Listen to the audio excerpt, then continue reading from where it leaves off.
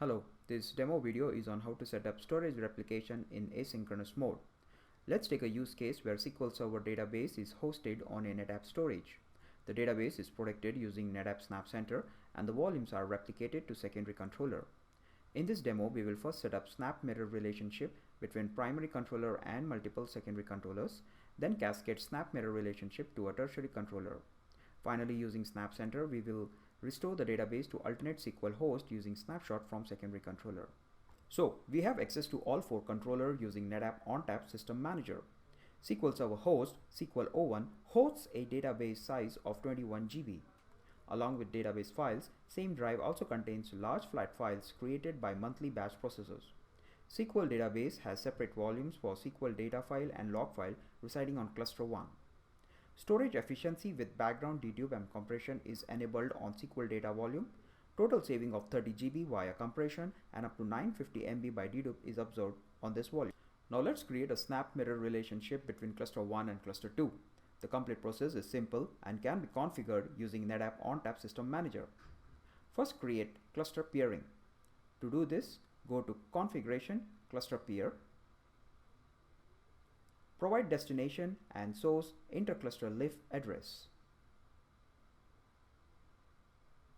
Generate cluster 1 passphrase from cluster 1 system manager.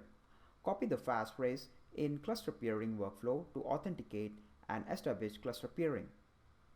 Click Continue to create SVM peering.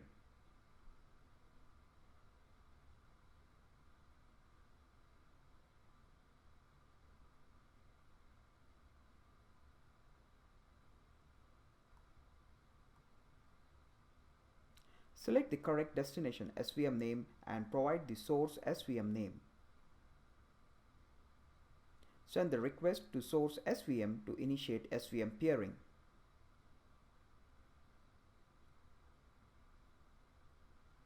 Go to Cluster 1 System Manager, Configuration, SVM Peers, and click Accept for SVM peering. After SVMs are peered successfully, navigate to Cluster 2 System Manager, validate peering and complete the workflow. Now proceed to volume relationships under Protection category and create a mirror protection between volumes on Cluster 1 and Cluster 2.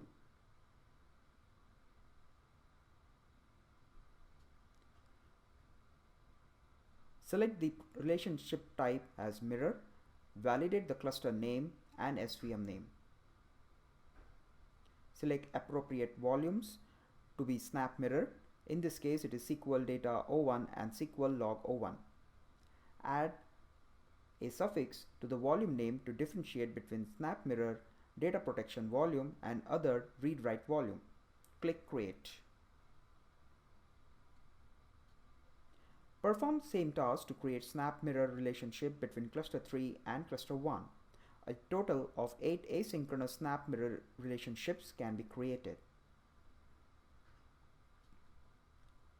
To create cascading relationship between secondary controller and tertiary controller, perform the same task to create cluster peering and SVM peering, but this time between cluster 2 and cluster 4.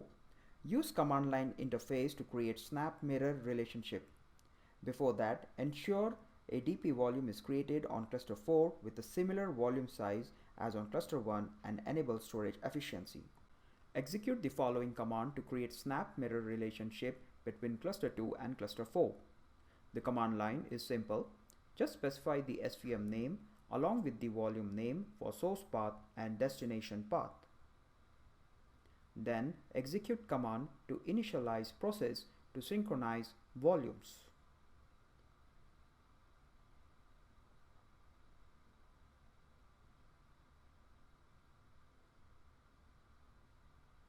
Later, use System Manager to check if the SnapMirror relationship is healthy. Next, go to each cluster and verify if storage efficiency got replicated to all the clusters. You will notice that storage efficiency is consistent with 30 GB compression and around 850 MB of deduplication.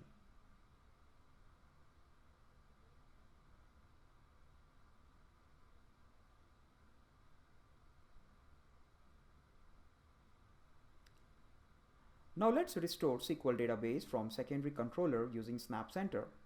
NetApp SnapCenter takes application consistent backup.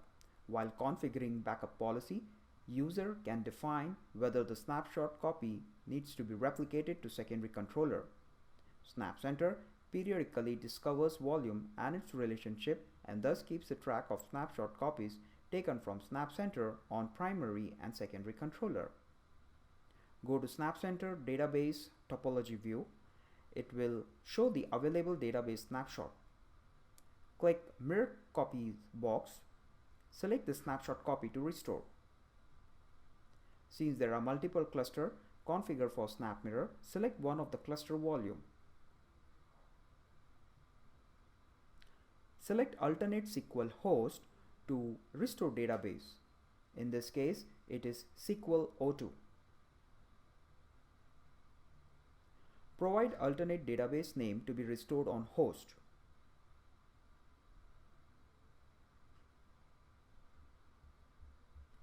Ignore remaining content in the wizard and click Finish.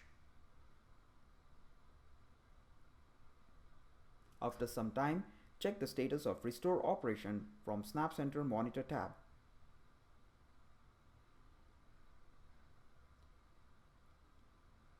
Thanks for watching this demo.